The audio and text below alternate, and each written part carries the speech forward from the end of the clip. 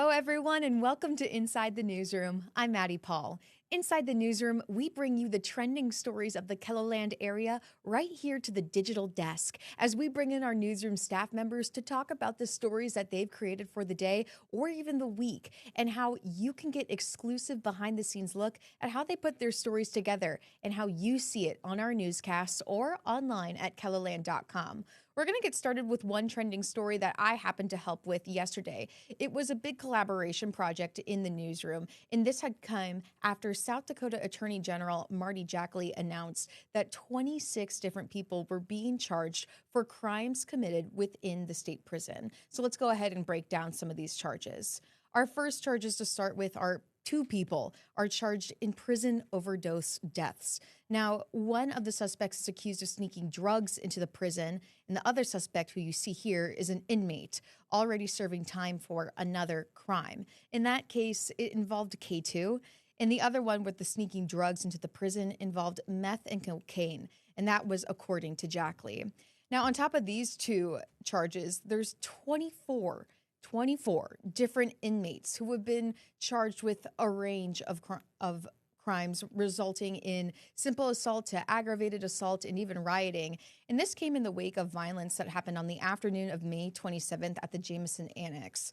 Now, Jackley said in a presser yesterday that the accused have ties to 9 different gangs, And he said that there is a gang prevalence in the penitentiary. In my view, and based upon the investigation we did, this was coordinated.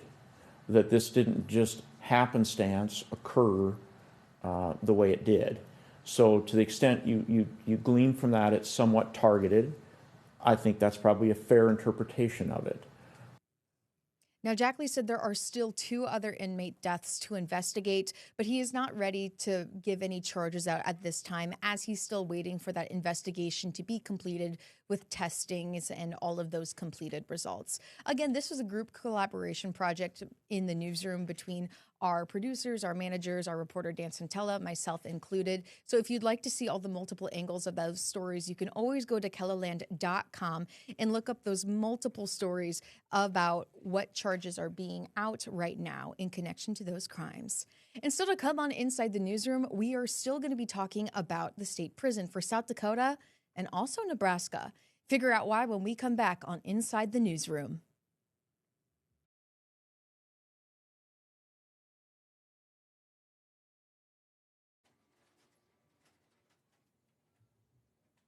Welcome back to Inside the Newsroom. So many trending stories in the Kelloland area, but one that we never seem to get away from is learning more about Project Prison Reset, as we've learned that there's 2 new possible sites. Joining me now is our digital reporter, Ray Yost, who looked at documents yesterday that said what these 2 sites could possibly be. Ray, what did you learn yesterday? Well, there were 2 more sites added to the Project Prison Reset agenda, and they meet again in July. Those 2 sites were a site by Box Elder, the city of Box Elder on the western side of the state, and also another site in Sioux Falls that was on North Bonson Road near I-90. And these documents, when they came in, was this something that everyone was anticipating to see, or was this kind of a surprise? I don't know if I would qualify it as a surprise because we don't know, what the state is thinking if they continue to want to accept proposals or site possibilities. So it was probably not expected, but I wouldn't say a surprise necessarily. And what did you learn as you went over these documents? Well, the site in Sioux Falls is owned by Sweetman Property, and that is near North Bonson Avenue, and that's roughly about 140 acres. It's split into 2 parcels. One of them is 77 acres, and the other one is about 60 acres. So it's in that area. People might be familiar with it if we refer to a pork processing plant that had been planned for that area, not in that specific property, but near that. So it's on kind of the northeastern side of the city. And the other is in Box Elder, which is just off I-90 on a highway out there. And that has, another 105 acres. And that one would need a conditional use permit from the county before it moved into formal zoning approval for a prison. And Ray, when we uncover stories like these, you have to read all the documents yourself and write them all up, but we also include them for our viewers to read. Why do you think adding those two elements is so important for our stories? Okay, so in my opinion, it would be just so if readers, can go back and look at the actual proposal. They can maybe take a little time and figure out the site more. Just so, it just gives another element for people maybe who want to take their time and go through the proposal in addition to reading the story or hearing the story on broadcast. Easy as that. And Ray, you've been following some prison projects recently. You just recently did a story too about a proposed site up in Nebraska. And also in your story, you made some comparisons between the Project Prison Reset here in South Dakota and Nebraska. Let's first start. What is the proposed Nebraska project? Well, we're all watching Nebraska because it's similar, a little bit similar to South Dakota. They want to build a roughly 1,500 bed prison, and it's a men's prison, and they want to build it like South Dakota because their prison right now is outdated. So you have some of the same premises there. Now their project just kind of started and stopped, but the most recent progress was they received bids for this roughly 1,512 bed prison of a $313 million bid from a local construction company to build this prison. And there are similarities, as I said, kind of the motivation is an outdated prison and needing space. But one of the key differences is that a piece of the Nebraska project is a dorm-style facility for roughly 600 minimum classified inmates. And South Dakota is looking at that a little bit different. Right now, they're looking at spending not more than $600 million for roughly 1,500 inmates. And it's more leaning toward like multi-class with what traditionally is felt maximum classification that is suitable for maximum and medium classified inmates. When you created this story about the Nebraska prison raid, did you want to specifically compare to South Dakota, or did that just kind of come up as you were reading along all the information? I think the assignment in the story pitch that I made was, what's happening with Nebraska? Where is that at? What was the bid price they received? And I had done several stories, including Nebraska, that included the Nebraska project that had mentioned the dorm style piece, in addition to medium and maximum facilities before. So I felt, we needed to check what we could with what was the scope of this project and the price, and then look for schematic design, try to reach out to their correction services and possibly contractors to kind of learn what is this design for, or what is this $313 million for, and are the elements similar to what we've mentioned before in other stories as we kind of compared other state projects and other possible prisons. Absolutely. And you got all those details very concisely in your story. So great job, Ray. Is there anything else that you'd like to say about either two possible prison locations? Well, no, just that, the story continues to have new wrinkles or it unfolds. So it will be interesting, I think, both for the task force and for the public to watch how this unfolds. If we, have a sight of those two or what happens next. Thank you for joining me at the digital desk, Ray. And stay with us. Another reporter is coming on to talk about one of their trending stories. We'll see you later.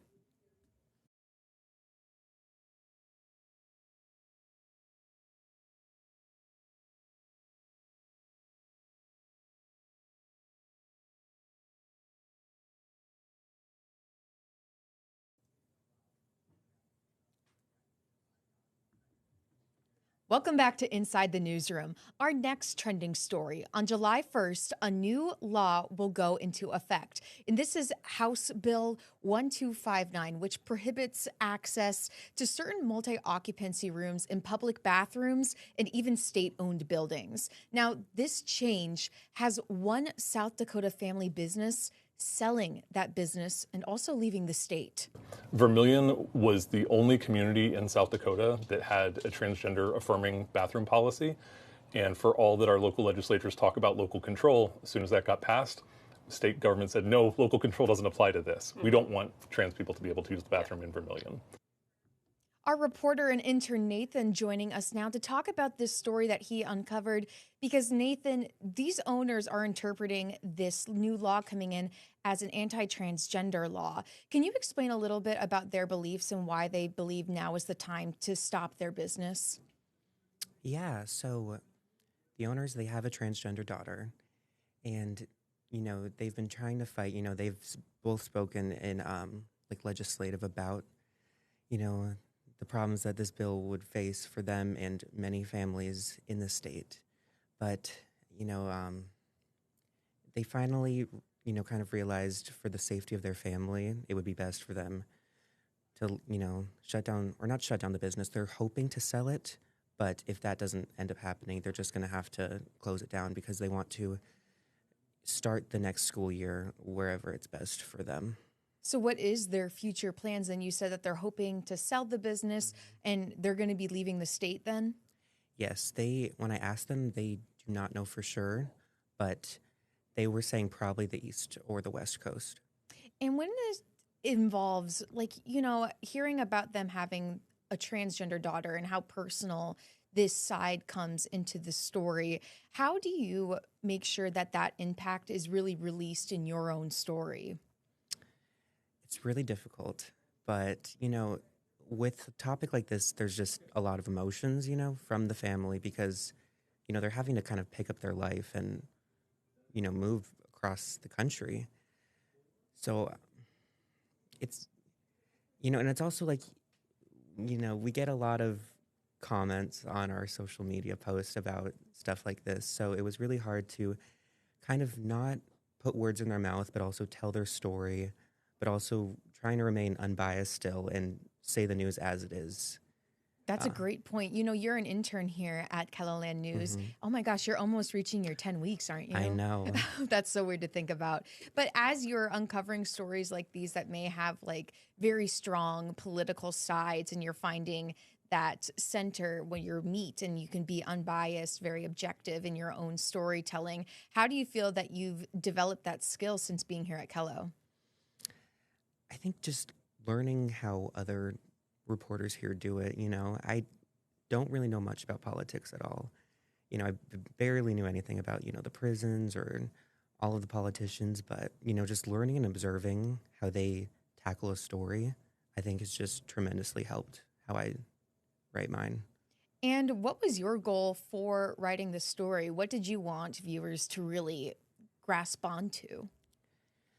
I think it was, it was really hard to do this story just because there was so much information that you have to kind of shove into a 1 to 2 minute, package. So I just really wanted to tell their story without saying things that they weren't saying and telling the facts. They're leaving because of these, laws that are coming. Mm-hmm. And You're talking about the time effect that you have. We do try to stick within that 1 to 2 minute range when we give out our videos. And I remember hearing you in the newsroom yesterday going to our executive producers and being like, I need to trim this down. I just need to get this shorter. It's just way too long. So how have you been finding your own time management skills developing because of something like this? Yes. Well, it's just completely different than, what I'm used to writing, having like a whole week to write a story, in college. So, I think just starting early in the morning, getting your interview as quick as possible, getting back, editing it, approval. I remember the first couple of weeks, I was kind of scared to be like, hey, Anna, can you look at my story? But you can't, do that. You have to be like, Anna, look at it now because I need to get it done and edited. It just needs to go out. I need to be done with it. That's how I feel. I'm like, I just want to be done with it at one point, especially with that time and the deadlines associated. So within your time here at Kelo, how long have you been here? I started the end of May, I believe. May 20th, I think. May 20th. And Or here we 18th. are. Okay. And here we are Yes. at the end of June, heading into July as you're wrapping up your 10-week program. What do you think is one of the biggest takeaways that you've learned while being here at Kelo? Wow, it's hard because I've learned a lot. I think one of the biggest things is that people are a lot more, willing to talk to you. Like beforehand, I was like, I don't know if people are going to want to be on camera. They're not going to want to be interviewed. But I think being here, I've noticed that people want to share their voice and they want their stories told.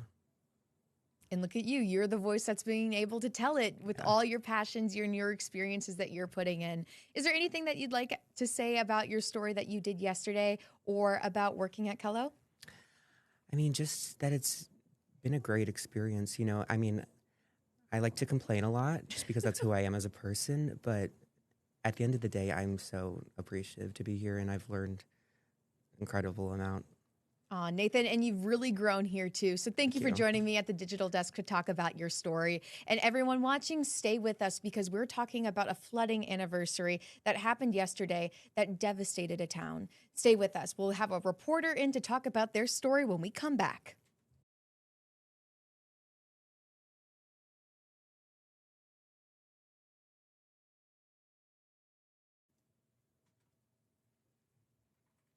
Welcome back to Inside the Newsroom. McCook Lake still has a long road to recovery after a flood from last year devastated many homes in the area. A couple of hours, everything you worked for all your life is just gone. What was so good about this place is that we had view of the whole lake and all the wildlife over there. You know, it's something you dream about and gone. Residents say it will never be what it once was at McCook Lake 1 year later. Our reporter Jordan DeSmit joining us now as he went out to McCook Lake yesterday. And Jordan, it was raining there, wasn't it? It did. Right as I was about to leave, I just barely got what I needed. And then as I was about to leave, it started just absolutely downpouring on me, basically. It must be scary when you're there talking about a story of flooding from a year ago and then you're seeing the same type of weather a little bit just coming back down, and it's invoking those memories of the story that you're trying to accomplish. What did you see while you were at McCook Lake yesterday? And something the residents told me was that it's still a mess, and you mentioned it's never going to be what it once was, and there's still a lot of emotion down there, and there's still a lot of work that needs to be done. Like you can see in the footage right there, the damage is still very evident, and it's still going to take a long time for McCook Lake to get back to where it was, if they ever do. And you spoke to many residents who lost their homes. What were the people that you were talking to, and what did they have to say? Yeah, I talked to 3 different residents, talked to a husband and wife, and then honestly just another person that happened to be driving by and seeing what we were doing and wanted to talk. And all 3 of those people, they don't live at McCook Lake at the moment right now. They found other places to live. And right now they're really just unsure of whether they're going to actually rebuild. The couple that I talked to said, well, it's kind of in limbo right now. But the other resident, Shelly, that you saw in the story, if you watched it, said it's not likely. It's too risky for me to try to risk building back on ground that flooded that's right by a lake. And she said, I mean, this was meant to be my retirement home. I'm 61. I mean, what do I do now? She just doesn't know what she's going to do. Would you say that some of these residents felt frustrated, or what would you say about something like that? I would say frustration's pretty key. We've covered it a lot over the past year of how residents felt frustrated about kind of the plan with the flooding and just with the help they've received, or what they say is a lack of help they've received since that flooding. So the frustration's still there. I covered that a little bit. But it's still a lot of emotion down there for sure. But one thing that's still so striking, and you included a visual of this in your story, is people helping people. It's always seen this way, especially when we saw the floodings, that people will go out and help their neighbor or even a stranger if they know that they are in desperate need, especially when you've lost a home to a natural disaster. Were you still seeing that at McCook Lake 1 year after a flood? I would say that definitely. I think I even saw some people as I was doing the interviews, like they saw their neighbor as they were driving by on camera and they honked their horn, right? And it's a tight-knit community. It still is. And that's a common theme that I saw with a lot of the flooding coverage that I did, whether it was Rock Valley, McCook Lake, Canton. I was on yesterday talking about that. It's something about South Dakota, Northwest Iowa, that people just come together, they rally together, and they get through it together. And it was really amazing to see. I mean, obviously it's a tragedy with this flooding, but it was really amazing to see the good of people come out in that tragedy. That was really impressive to me. When I covered the flooding in Minnesota, we always said that you just see that example of Minnesota nice here. but I'd almost extend it to saying Midwest nice. So what other ways did you see that Midwest nice show up through this story or even your Canton story? Yeah, I mean, it's the same thing, right? I think you see people, they love each other, they love their community, and they hate to see their community look like that. They don't like to see their community damaged and things like that. They take a lot of pride in their community, I would say, especially in small town communities like Canton, like McCook Lake, and like Rock Valley, and they want to make sure that their community gets back to normal, and they're going to do whatever they need to do to get it back to normal, no matter how much work needs to be done to do that. And Jordan, what was something that you really wanted our viewers to understand about your story as you sat back and you said, okay, this is ready to go out onto the newscast and be online? What is something that you wanted our viewers to understand about your story? I wanted to paint a clear picture of what it was like now. I mean, obviously I had some positive things in there about the community come together, but it was really clear to me when I was down there that it's still a mess. And I wanted people to know, like, look, these people still need help. And that was really important to me. I think there's other places in our coverage area that have made more progress, I think, than McCook Lake. I mean, Rock Valley, if you go down there, you can still see some homes that are destroyed and things like that. But you can see the progress. You can see things being done. Same thing with Canton. Canton looks really good right now too. But McCook Lake, I wasn't really getting that feeling that a lot of progress was being made down there. So I wanted to make sure that I showed that accurate portrayal. And don't get me wrong, there is progress being made down there. I made it clear that there are some people rebuilding there and there's still some progress being done, but it's still doesn't look good down there. Yeah, very important to know. Is there anything else that you'd like to share about your story, Jordan? I mean, just understand that it's 1 year after the flood and it's been a little while, but just understand that a disaster like this, it lingers for a while. And it's something that you need to keep in mind, and it's something that you definitely need to make sure that you understand that these people are still struggling. There's still progress that needs to be made. It's just to not forget about these people. Jordan, thank you for joining me at the digital desk to talk about this very important story. Yeah, thanks for having me. No problem, Jordan. And thank you all for watching Inside the Newsroom. We air Inside the Newsroom every Monday through Friday at 1 o'clock only here on KELOLAND Plus. So thank you so much for watching, and we'll see you tomorrow at 1 o'clock.